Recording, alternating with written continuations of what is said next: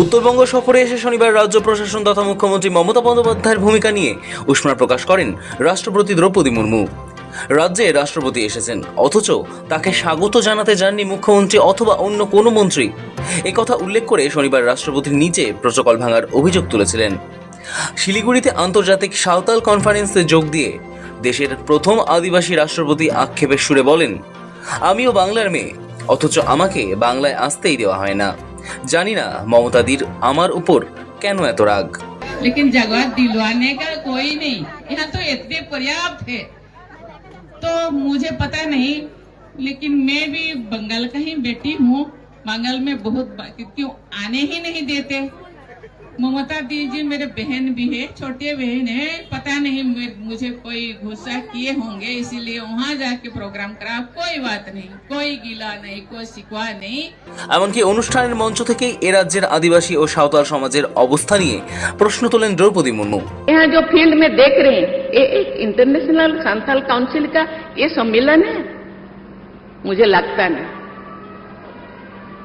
कोई चाहते नहीं कि संथाल एकजुट हो, कोई चाहते नहीं संथाल आगे बढ़े, कोई चाहते नहीं कि संथाल शिक्षित हो, कोई चाहते नहीं कि संथाल मजबूत हो। রাষ্ট্রপতির এই মন্তব্যের পরই স্বভাবসিদ্ধ ভঙ্গিতে সোশ্যাল মিডিয়ায় সরব হন প্রধানমন্ত্রী নরেন্দ্র মোদী। রাষ্ট্রপতির সেই বার্তা সোশ্যাল মিডিয়ায় শেয়ার করেন মোদী লেখেন, এটি লজ্জাজনক। গণতন্ত্র এবং জনজাতির সম্প্রদায়ের ক্ষমতায়নে বিশ্বাস মানুষজন সকলেই মর্মাহত। জনজাতি সম্প্রদায় থেকেই উঠে আসা রাষ্ট্রপতির প্রকাশিত বেদনা ও উদ্বেগ ভারতের মানুষের মনে গভীর দুঃখ সঞ্চার করেছে। পশ্চিমবঙ্গের তৃণমূল কংগ্রেস সরকার সত্যি সমস্ত সীমা লঙ্ঘন করেছে। রাষ্ট্রপতির প্রতি এই অসম্মানের জন্য তাদের প্রশাসনই দায়ী। এটিও অত্যন্ত দুর্ভাগ্যজনক যে সাঁওতাল সংস্কৃতির মতো গুরুত্বপূর্ণ একটি বিষয়কে পশ্চিমবঙ্গ সরকার এত হালকাভাবে দেখেছে। রাষ্ট্রপতির পদ রাজনীতির ঊর্ধ্বে এবং এই পদের গরিমা সর্বদা রক্ষা করা উচিত। আশা করা যায় পশ্চিমবঙ্গ সরকার ও তৃণমূল কংগ্রেসের শুভবুদ্ধি উদয় হবে। যদিও রাষ্ট্রপতির মন্তব্য এবং প্রধানমন্ত্রীর এভাবে আসরে নামার পর সময় নষ্ট করেনি বাংলার মুখ্যমন্ত্রী মমতা বন্দ্যোপাধ্যায়ও। দ্রৌপদী মুর্মুর এই মন্তব্যের কয়েক ঘন্টার মধ্যেই ধর্ণা মঞ্চ থেকে তার উত্তর দিয়ে দেন মুখ্যমন্ত্রী মমতা বন্দ্যোপাধ্যায়। একই সঙ্গে রাষ্ট্রপতিকে রাজনৈতিক এজেন্ডা প্রচারের জন্য বিজেপি ব্যবহার করছে বলেও অভিযোগ তোলেন। We respect you. You are a number one chair in this country. You are the President of India. Don't play politics.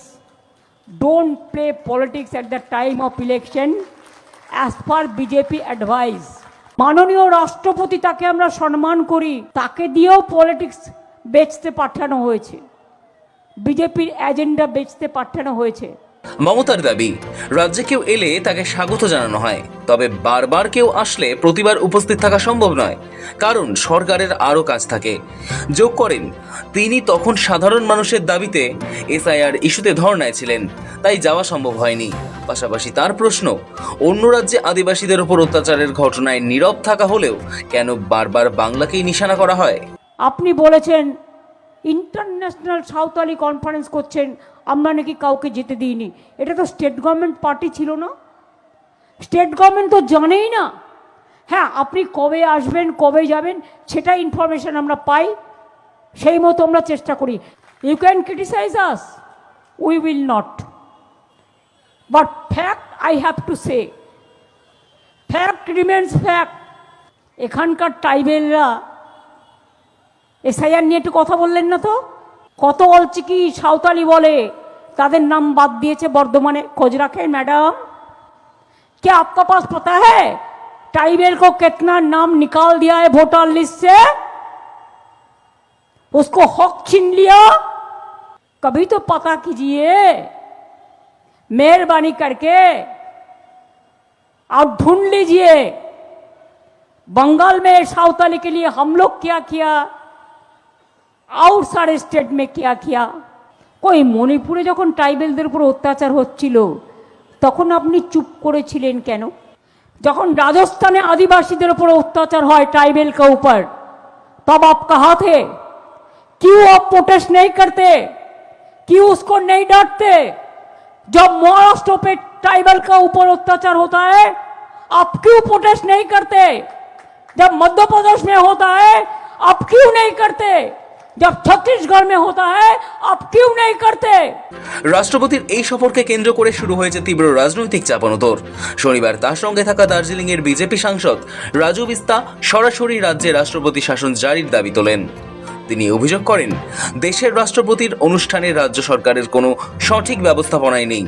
অন্যদিকে তৃণমূলের কোনো প্রতিনিধিকে মঞ্চে দেখা যায়নি। पूरा प्रशासन और पूरी पश्चिम बंगाल की टीएमसी सरकार नदारत रही, गायब रहे, वो दिखे नहीं।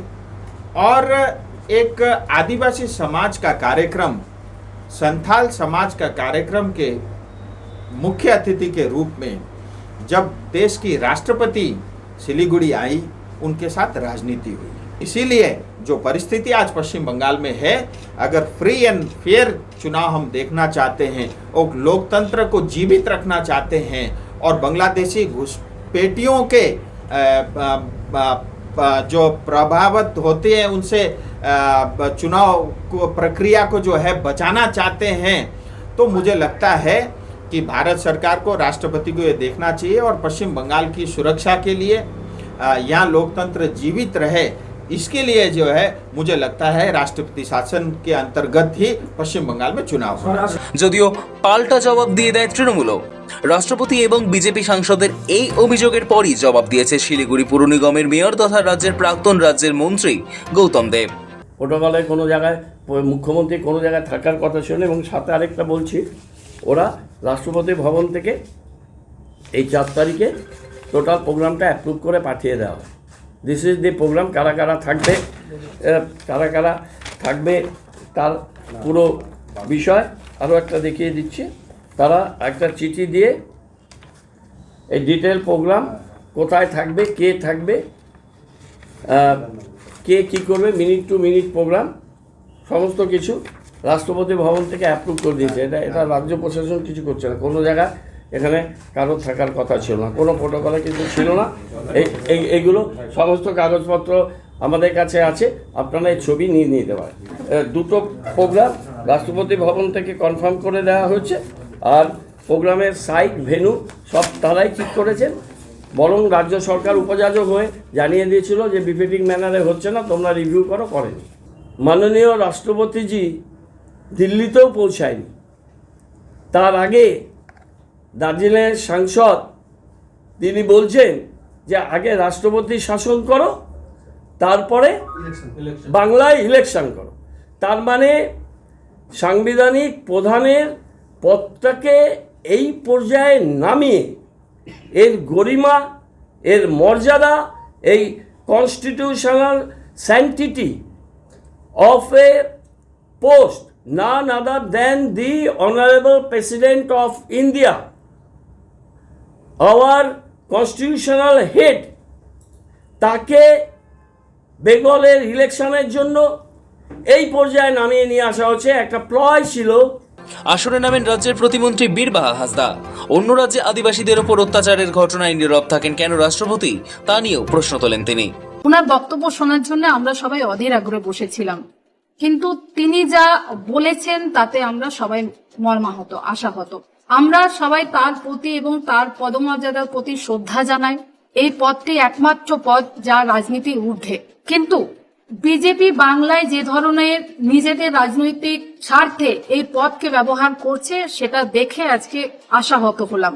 বিজেপি শাসিত রাজ্যগুলোতে দিনের পর দিন যখন আদিবাসী সম্প্রদায়ের মানুষের উপর অত্যাচার হয়, তখন রাষ্ট্রপতি ম্যাডামের মুখ থেকে একটা আওয়াজ আমরা শুনতে পাইনি। কিছুদিন আগে বিজেপি শাসিত রাজ্য আসামে 29টা বাড়িতে আগুন জ্বালিয়ে দেওয়া হলো। দিনের পর দিন মণিপুরে আগুন জ্বলছে, আদিবাসী সম্প্রদায়ের মানুষের উপর অত্যাচার চলছে। 2জন মহিলার উপর যেভাবে অত্যাচার চালানো হয়েছে, তারপরেও আমরা দেখেছি রাষ্ট্রপতি ম্যাডামকে চুপ থাকতে। উত্তরপ্রদেশ, মধ্যপ্রদেশ, মহারাষ্ট্র সমস্ত জায়গায় কখনো আদিবাসী সম্প্রদায়ের মানুষের মুখের উপর প্রসাব করে দেওয়া হচ্ছে, কখনো তাদেরকে দিয়ে জুতো চাটিয়ে পরিষ্কার করে দেওয়া হচ্ছে। আমরা পশ্চিমবঙ্গের বিরোধী দলনেতার কাছ থেকে শুনেছি যে দেবনাথ হাসদা, বীরবাহা হাসদারা আমার জুতোর তলায় পায়ের নিচে থাকে, তখনও রাষ্ট্রপতি ম্যাডামকে আমরা চুপ থাকতে দেখেছি। দিনের পর দিন অত্যাচার হচ্ছে আদিবাসী সম্প্রদায়ের মানুষের উপর, তারপরেও কিন্তু ওনার মুখ থেকে আমরা আজ অব্দি কোনো কথা শুনতে পাইনি। শনিবারই তৃণমূলের তরফে জনজাতিদের জন্য কি কি প্রকল্প চালু রয়েছে তার একটি খতিয়ান দেওয়া হয়। এরপর মেট্রো চ্যানেলের ধর্ণা মঞ্চ থেকে মুখ্যমন্ত্রী এ নিয়ে কথা বলেন। তার অভিযোগ, বিজেপির রাজনৈতিক এজেন্ডা প্রচারের জন্য তাকে ব্যবহার করা হচ্ছে। সব মিলিয়ে রাষ্ট্রপতি দ্রৌপদী মুর্মুর বঙ্গ সফরকে কেন্দ্র করে রাজনৈতিক সংঘাত চরমে। সানি রায় এবং সৌভিক সান্যালের রিপোর্ট, সময় কলকাতা।